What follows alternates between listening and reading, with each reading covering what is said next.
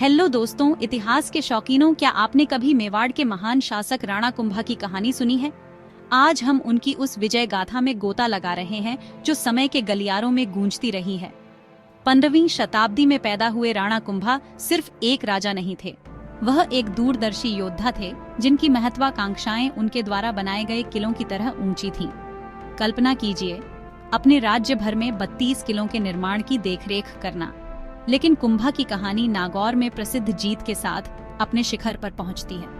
1456 में संघर्ष छिड़ गया।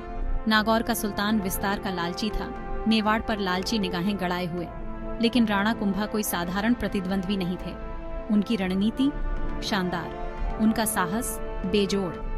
इसकी तस्वीर कीजिए, सारंगपुर का युद्ध क्षेत्र जहां राणा कुंभा की सेना सुल्तान से भिड़ी। हवा में तनाव, योद्धा तैयार, एक युद्ध जो मेवाड़ के भाग्य का फैसला करेगा। संघर्ष भीषण था, रणनीतियां जटिल। राणा कुंभा ने आगे से निटारटीवी किया। युद्ध के मैदान में उनकी उपस्थिति ने उनके सैनिकों को नए जोश के साथ लड़ने के लिए प्रेरित किया। और फिर अराजकता के बीच एक महत्वपूर्ण मोड़, कुंभा की सेना ने सुल्तान को पछाड़ दिया, जिससे एक निर्णायक और गौरवशाली जीत हुई। जश्न की कल्पना कीजिए, जीत के गीत जो हवा में भर गए। लेकिन राणा कुंभा की विरासत यहीं खत्म नहीं होती। युद्ध के मैदान पर उनकी विजय उनके सांस्कृतिक योगदान से मेल खाती थी। वह कला के संरक्षक थे, साहित्य, संगीत और वास्तुकला को बढ़ावा देते थे।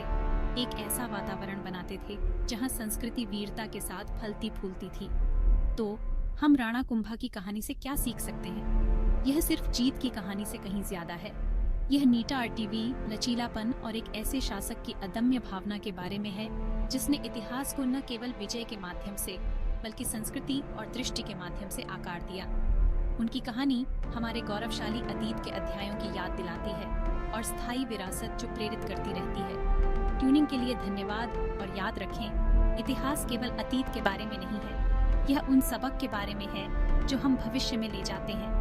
अगली बार तक खोज करते रहें और आश्चर्य करते रहें। कौन जानता है कि कौन सी अन्य कहानियां फिर से खोजें।